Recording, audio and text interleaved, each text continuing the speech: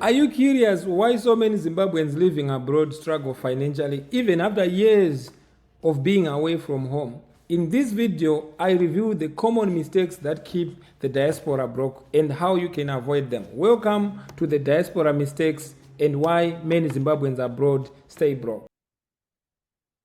When I first left Zimbabwe for Canada, I thought I was escaping the struggle. I pictured stability, a good education, a good job, and maybe, finally, peace of mind. But a year after arriving, I found myself tired, paying high rent, sending money back home, and wondering, how can I work so hard and still feel behind? And when I spoke to friends from Uganda, Ghana, Kenya, Nigeria, South Africa, and many other African countries, they said the same thing. Different passports, same story, working abroad, helping family, but never really building wealth. So today, I want to share my story, not to show off, but to show what I have learned. My Canadian story starts this way. I came to Canada in 2024 to study for a Master's of Food and Resource Economics at the University of British Columbia. I even went further to complete another second master's degree, a Master of Arts in Resources, Environment and Sustainability at the University of British Columbia, commonly known as UBC. UBC gave me world-class education. I'm so proud of that accomplishment. But the real lessons came after graduation. British Columbia, which is the province where I currently live, is breathtaking. It's beautiful. Mountains, ocean, surf, but it's also one of the most expensive provinces in the country. Average rent for one bedroom in Vancouver often goes over 2,500 Canadian dollars. Groceries and taxes eat the rest. Canada combined tax rate can easily reach plus 30% for middle income earners. So if you don't understand the tax system, you're talking also of other investment vehicles such as tax-free savings accounts, registered retirement savings plans, or how investments grow tax-free in general. You will work very hard and yet still save very little. I learned fast that education gives you the tools, but financial education gives you the freedom. The freedom to travel, the freedom to do things in your own terms without worrying about the day-to-day basic things like shelter and many other things. So this brings me to the point of what I call the overwork trap and burnout.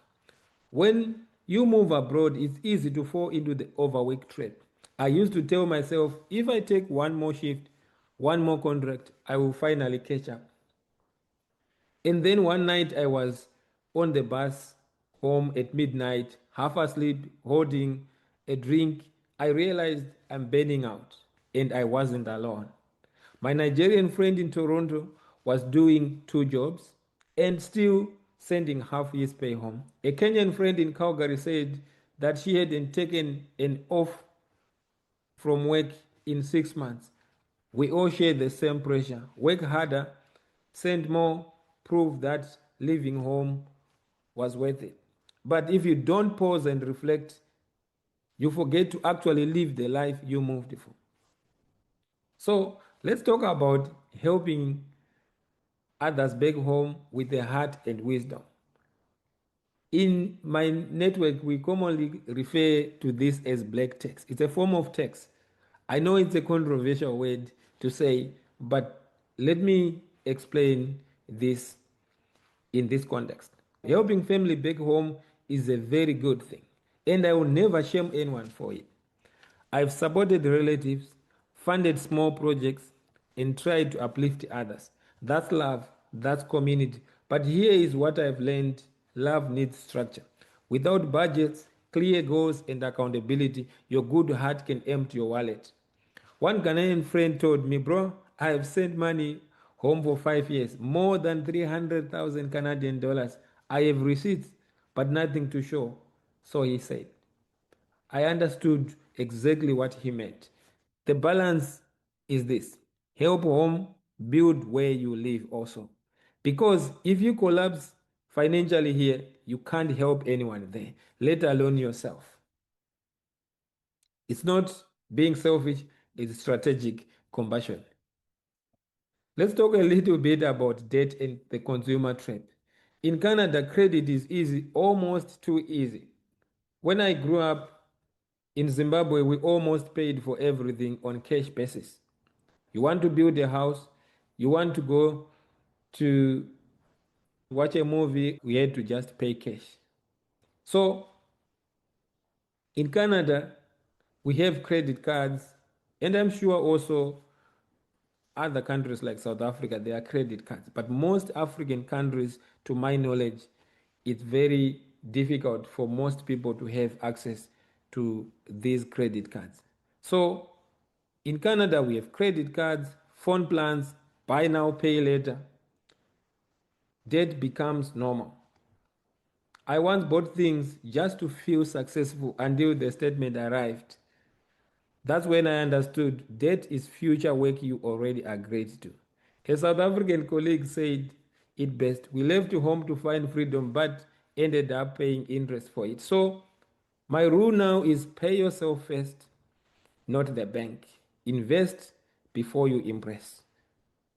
And this brings me to the next point, building a cushion and a future. The real breakthrough for me came when I started planning security and not just survival.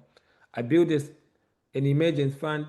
I got insurance because if something happens abroad, it's costly. Think of it, how many GoFundMe where we see relatives, family, and friends trying to raise money to send their deceased loved ones back home. And I'm not shaming it at all.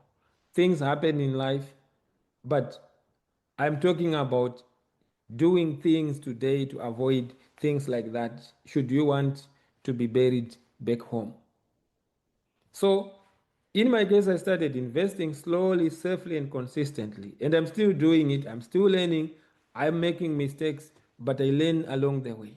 But the key thing that I quickly realized is that I had to move from trading my time for money every day. Because if you work more shifts, then it means it takes away most of your time from your family and other things that you love. So I've learned to maintain a balance to choose to say, today I want to work or I want to do something without worrying about the basics like shelter, food.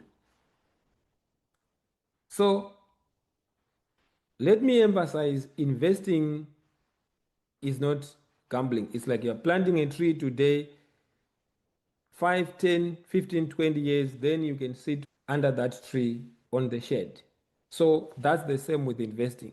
Even $100 a month into an exchange traded fund or a retirement plan can compound over time. In Canada, there's Canada Pension Plan.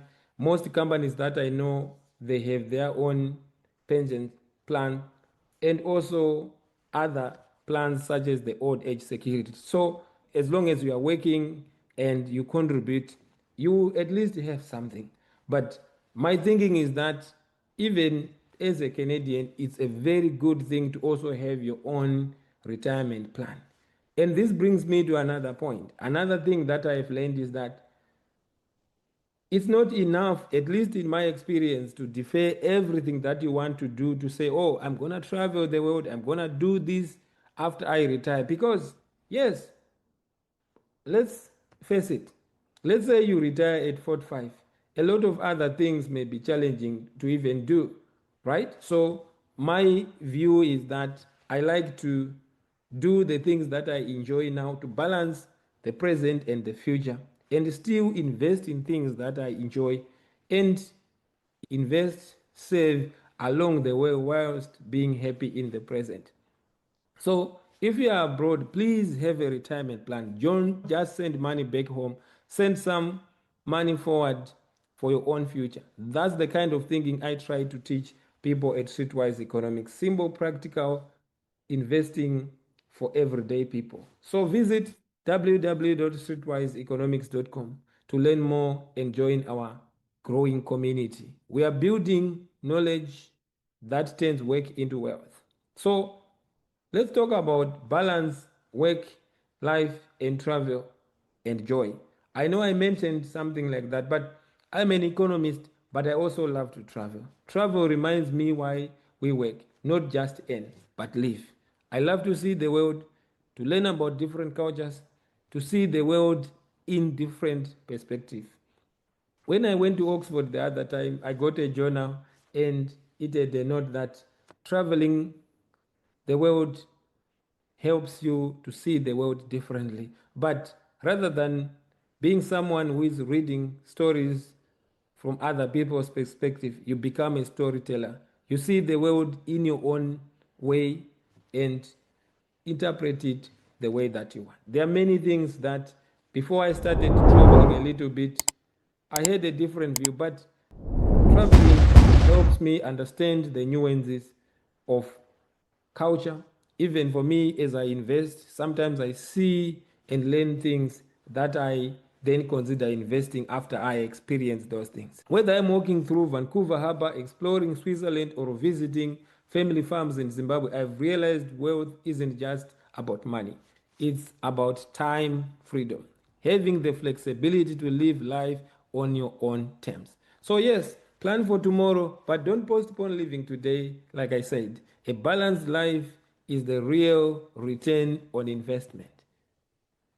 So, as I conclude this video, I haven't made it. I'm just learning like you, but I've learned this. Success abroad isn't about working the most hours, at least in my experience. It's about working with purpose. Help home, but set boundaries. Build where you live, and also, even if you then want to invest back home, but make sure you scrutinize and have a proper structure, because at the end of the day, you might end up wasting and losing a lot of money. I've heard a lot of stories of people who have lost money by just building homes, trying to start business and projects with relatives, with even people they didn't understand, they didn't do due diligence. And those are true stories. So save, invest, and plan for retirement and enjoy the journey while you build it. If this spoke to you, hit that subscribe and like button, share it with another African or anyone in the diaspora, and tell them that it's very important to invest. And tell me in your comments also what one lesson you have learned abroad. And if you are serious about growing your wealth and mastering investing, join me at www.streetwiseeconomics.com. Together we can build stronger communities abroad and back home. I will see you in the next video. Thank you so much for tuning in.